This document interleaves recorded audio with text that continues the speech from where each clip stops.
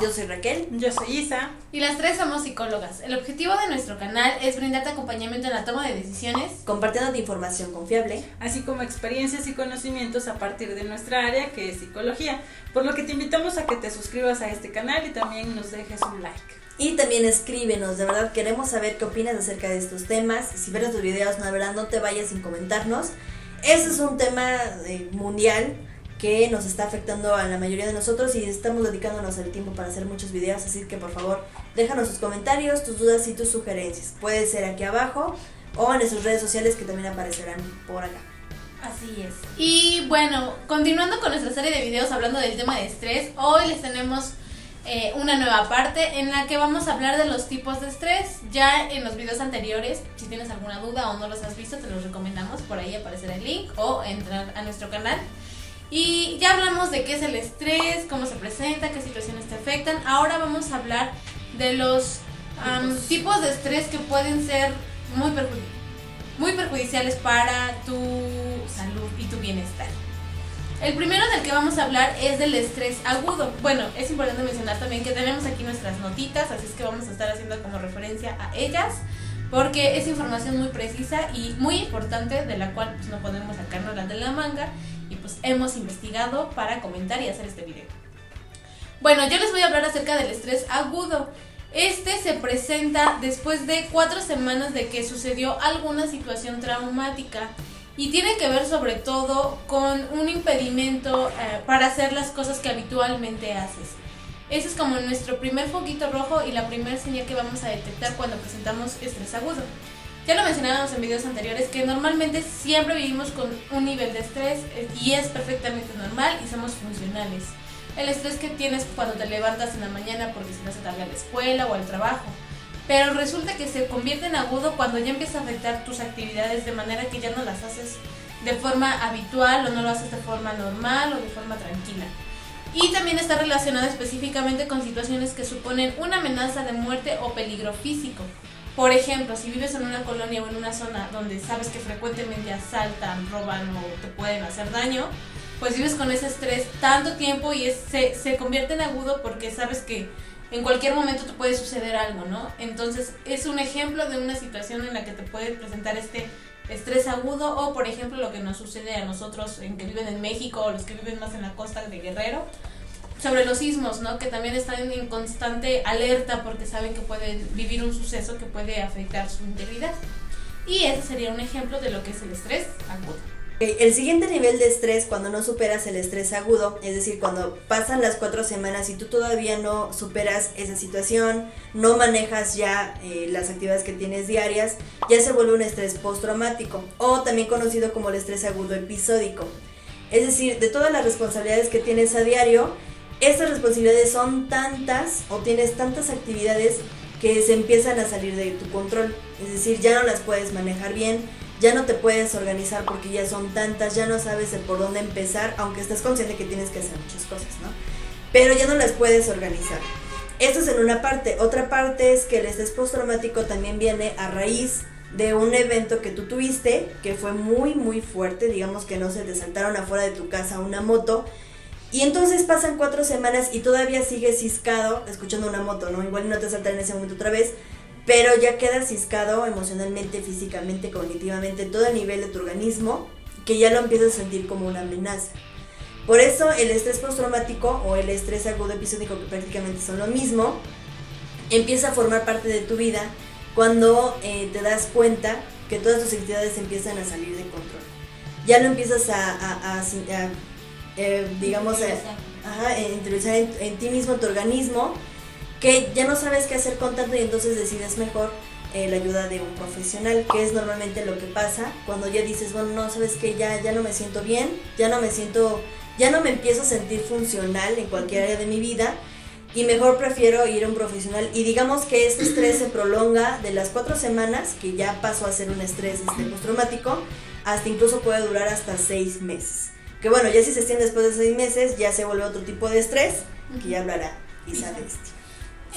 Antes de que empiece Isa, es que es importante aclarar también que en el estrés postraumático, ya lo dijo Raquel, que es por un evento normalmente que te causa un trauma, Y dentro de los síntomas más importantes que debemos considerar es esa parte de reexperimentación, que es como el ejemplo del sonido de la moto. Es ese temor tan grande que tienes cuando algo te recuerda a lo que viviste y empiezas tú a evitar conscientemente o inconscientemente a veces ciertas zonas, ciertos lugares porque te da miedo. Entonces ese tipo de cosas a veces es difícil porque, por ejemplo, ahorita que estamos con lo de la norma 035 aquí en México, a nosotros bueno, al menos en mi trabajo así sucede, que debemos de brindar una ayuda o un apoyo a personas que lo requieran de nuestro trabajo, que hayan sufrido un evento traumático severo. Entonces, resulta que muchas personas ni siquiera se dan cuenta que estaban en ese trauma hasta que hacen preguntas muy específicas. Si te ha quitado el sueño, si te hace sentir mal, si te da miedo ir a trabajar, si es que lo viviste ahí, ¿no? Entonces, debemos de ser como bien observadores en esa parte porque a veces ni siquiera nos damos cuenta que estamos en un estrés postraumático. Y nada más era esa mi observación.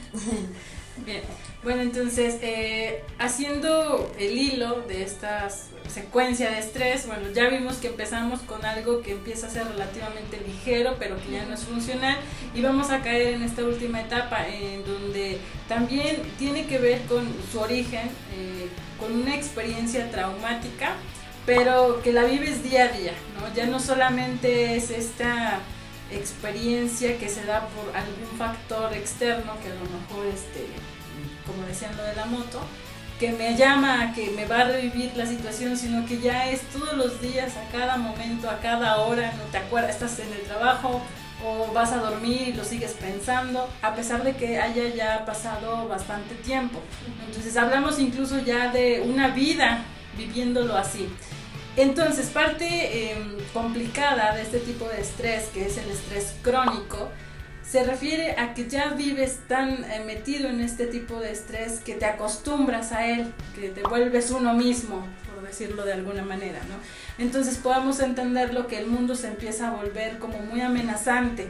Entonces todo el tiempo estamos en alerta de saber que no vaya a pasar algo, porque ya cualquier cosita es un factor importante al que hay que estarle prestando atención, porque seguramente me va a pasar algo, ¿no? Entonces tener hasta cierto punto una visión catastrófica de las cosas.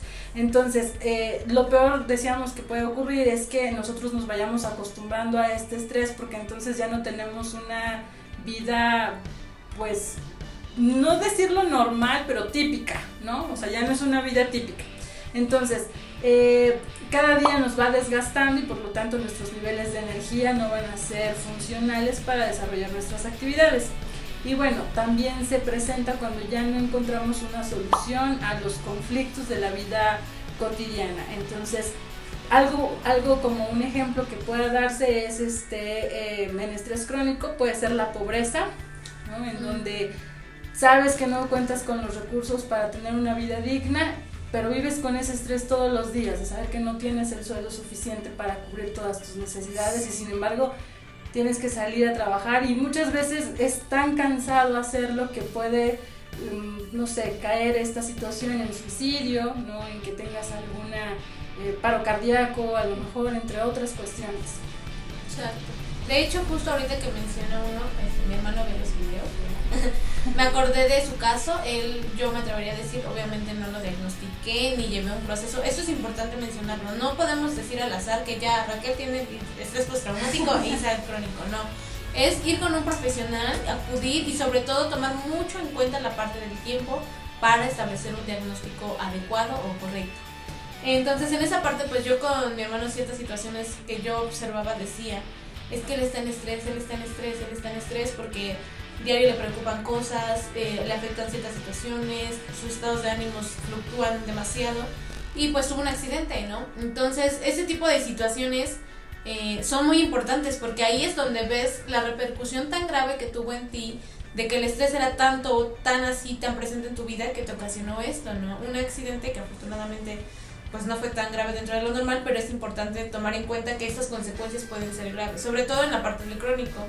Y en el postraumático es importante también tener la observación y la ayuda de un profesional, siempre que identifiquen esa parte, Es incluso si desde el agudo sientes que tú no lo puedes manejar, es desde ahí buscar ayuda antes de que pase a niveles más altos, pienso yo. Y en aspectos relacionados con tu vida, en el toma de decisiones, también te empieza a afectar, porque te empieza a hacer la idea de que ya no encuentras otra salida, y entonces dejas de decidir, dejo de buscar trabajo, dejo de estudiar, dejo de atender a mi familiar, dejo de salir, y pum, cuando te das cuenta, ya te atrapó. Sí, es como pensar que la vida ya no tiene ningún sentido, como para qué seguir si de por sí todo se está yendo, ¿no? Al caño, por decirlo de alguna manera. Entonces, sí es tener una visión de un mundo que se está destruyendo, y entonces prefieres ya no realizar la actividad que querías realizar porque ya no tienes esa energía o ese impulso. Entonces, la fortuna o la ventaja del estrés agudo, creo yo, es que te da una sintomatología física que te lleva al médico por lo menos, ¿no? Y que el médico incluso te puede decir, no será cuestión de estrés o cómo estamos en este aspecto, y que incluso ayudan a canalizar a que te vayas con un psicólogo o ir dependiendo, un psiquiatra, dependiendo la gravedad del asunto. Exacto. Y bueno, seguiremos hablando más de este tema. Ahorita mencionamos esta parte de los tipos de estrés para que consideremos la magnitud de lo que puede generar en nosotros.